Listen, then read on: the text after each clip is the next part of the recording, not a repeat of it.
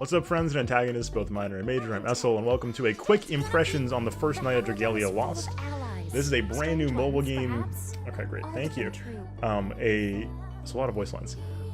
This is a brand new mobile game out of Nintendo and massive mobile game developer Cygames, known most notably for Idolmaster mobile games, Grand Blue Fantasy, Shadowverse, and a couple other games as well. This is a brand new game that came out today on the 27th of September. And so far, we've had a great time with it.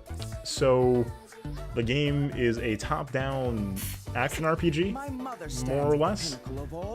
It is a gacha game. It's got a summon system. You push the button, you roll a bunch of times, you get units. So if you're familiar with things like Fire Emblem Heroes, Fate Grand Order, the aforementioned Grand Blue Fantasy, or similar games in this type of game, you know a lot of the structure. This is a game that is played with a stamina meter to sort of restrict daily play, and a lot of other downfalls of mobile game mechanics that are what they are, pretty much. It's sort of the currency of the day. So anything that can be applied to those at large can be applied to this, probably. That's a question that we'll leave to the side for now, assuming that you're sort of okay with these things or are aware of them going into this, because it's a mobile game in 2018. That being said, what we have here is a game that is, at my first look, way deeper than I was expecting. Features substantially more intense gameplay than I was expecting. Way better soundtrack, as you can hear.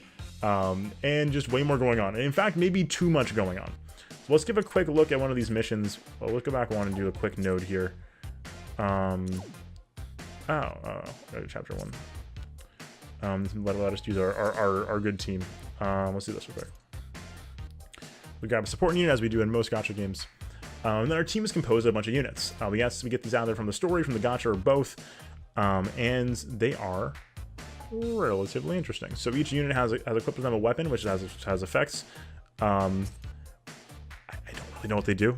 I'm sure there's gonna be more skills later. I'm still very new. This is literally after an hour and a half or so of gameplay. A worm prince, which is for anybody who's played Fate Grand Order, like a craft essence. It's an equipped skill that gives some effects, as well as a dragon pact with a dragon. In this case, Juggernaut, who is our, can we see it through here? The menus are overall really good, but oftentimes have a little bit of difficulty getting to the details of a given equipment. So in the future, once we do have more knowledge of each equipment, like each worm print, each dragon, it'll be a lot easier to figure that out. But for the time being, you have 3 things to equip: a dragon, which you can transform into during combat, a weapon, and a worm print. You roll for worm prints and dragons and characters all in the same gacha, which is a lot. We'll see how it goes. So we'll just dive into it and show you guys the where the flow goes.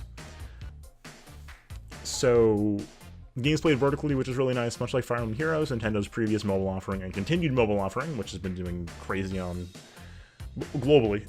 This game is a global launch, by the way, so this is one of the first and few gacha games that does actually have a sort of a total global launch. The game is gorgeous. The frame rate's really, really stable. My phone's been sort of rock steady with this. There's a mini map that can be sort of Diablo style, deployed out in front of you like this, or left in the corner.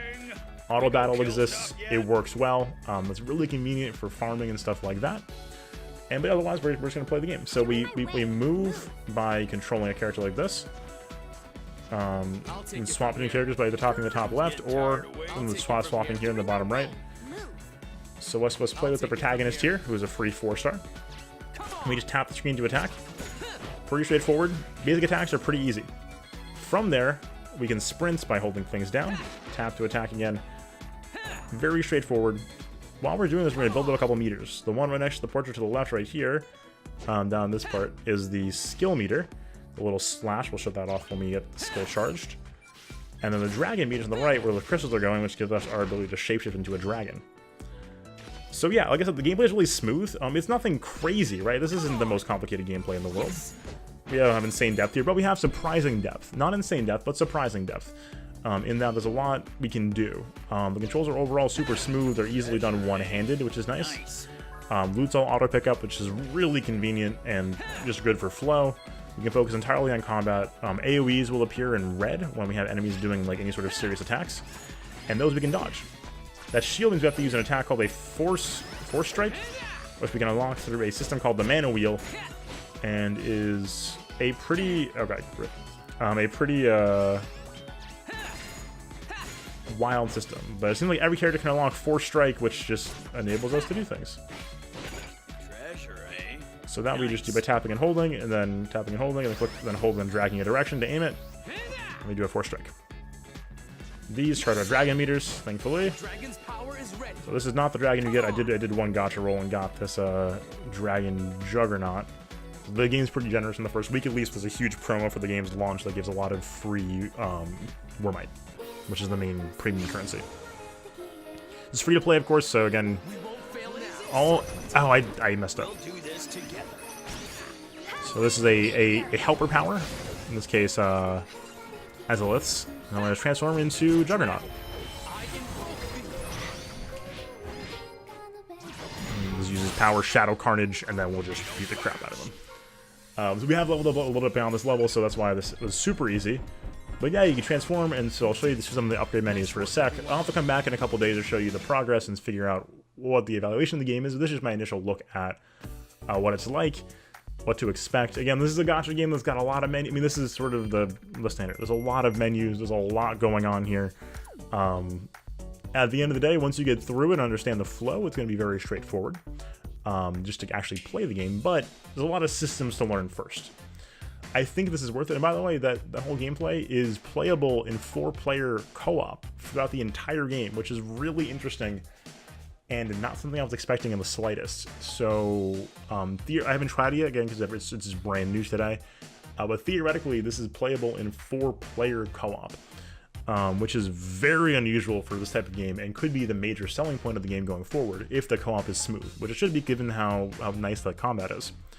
So over here we have a lot of upgrades. We have this lovely main screen with a sick menu bop and a synced walk speed to the music. Handsome. It's criminal. So much laundry to do. Fully voice acted, as expected. Adventure is upgraded. A lot of it's very straightforward. You upgrade via battle or by using these crystals to give us XP. Simple, but it gets a little more complicated when you have the mana circles in play.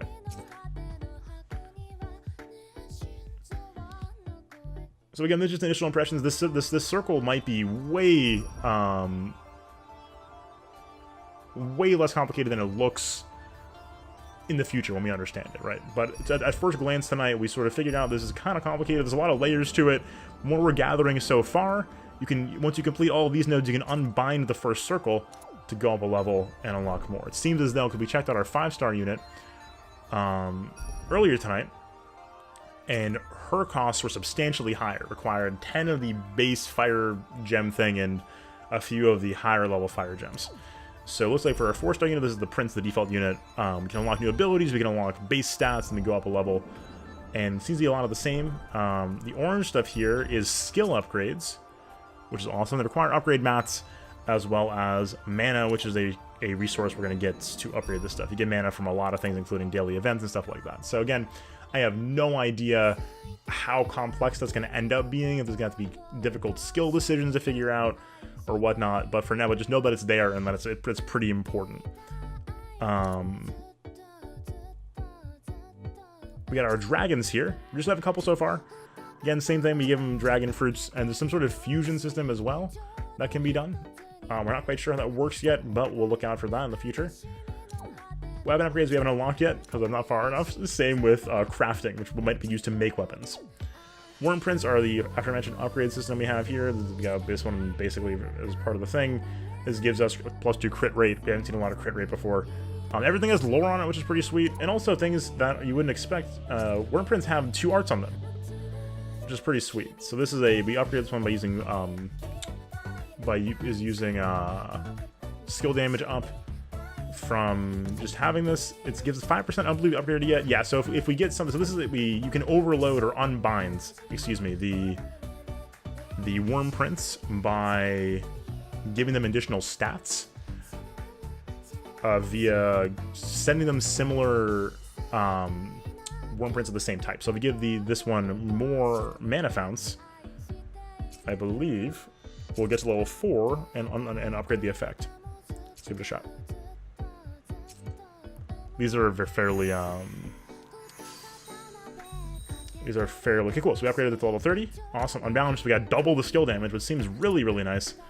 So that's really cool. So you can do that for everything, and it upgrades the art on them as well as the effects. So that's the main upgrade stuff to deal with. You can compose your teams here, as we talked about earlier. There's a shop buried in the menus here. This is a little bit confusing. Same. Including a lot of stuff. There's like a daily free item roll we can get in here somewhere. It's a lot. We're not quite sure how to evaluate it yet. It's gacha. That's how it be. Castle grounds here. Another mechanic. So this is what I'm saying. So the sort of the overall impression so far is that they've taken pretty much a mechanic or two from every major mobile game on the market, including their own games, Fire Emblem Heroes and Grand Blue Fantasy, and sort of smashed all together into this one gacha game to end all gacha games. I don't think that's necessarily a bad thing, but it is very overwhelming. So on top of all of this complexity, we also have a town thing here that gives us resources that drop occasionally. This dragon fruit tree, which is going to drop dragon fruits for us, and concerningly, stat boosters. So we can build the flame altar gives us 0.5% HP and strength to all of our fire units, which means that there's going to be some sort of optimized builds for how to make your towns boost your stats, which is going to be complicated as hell, and I have no idea how to make that work yet, but it's here for us. While we're here, we can use the dragon roost, which is pretty much Pokemon and me from Pokemon. For those who aren't familiar, it's like you just sort of like hang out with the dragons.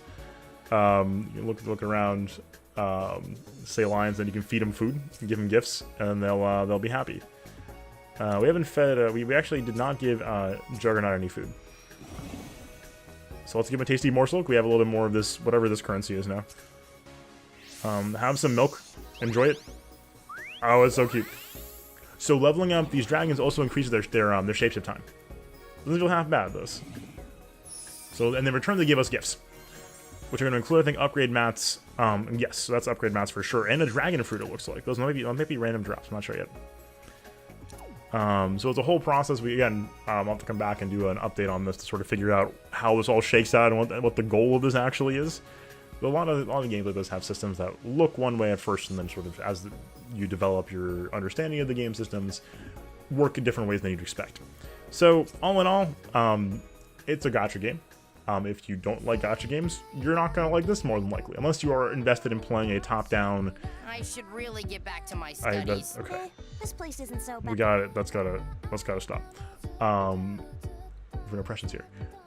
Unless you're super invested in the mobile sort of top-down ARPG experience, which could be worthwhile. So when I want to do an update on this, I will want to talk about the multiplayer experience, because that could be worthwhile in and of itself, even if you want to ignore all the gacha nonsense. So I think that's the key here. That's all I got so far. The soundtrack is way better than I thought it was going to be. There's not a lot of mobile games that have like super bumping soundtracks, and the soundtrack has been sick so far. The voice acting is all dubbed English so far, but it's pretty solid. Not bad at all.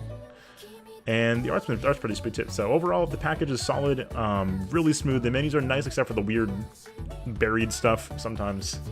But the presentation's really good, and there's some nice settings. You can change it so it's all lefty in the combat UI, that kind of thing. So that's what I got for now. If you guys have questions about it, let me know. And otherwise, I will catch you all very soon with an update on this, and keep your eyes peeled for more details on more stuff coming on YouTube. So thanks for dropping by, and hopefully I will see you all very soon. Peace.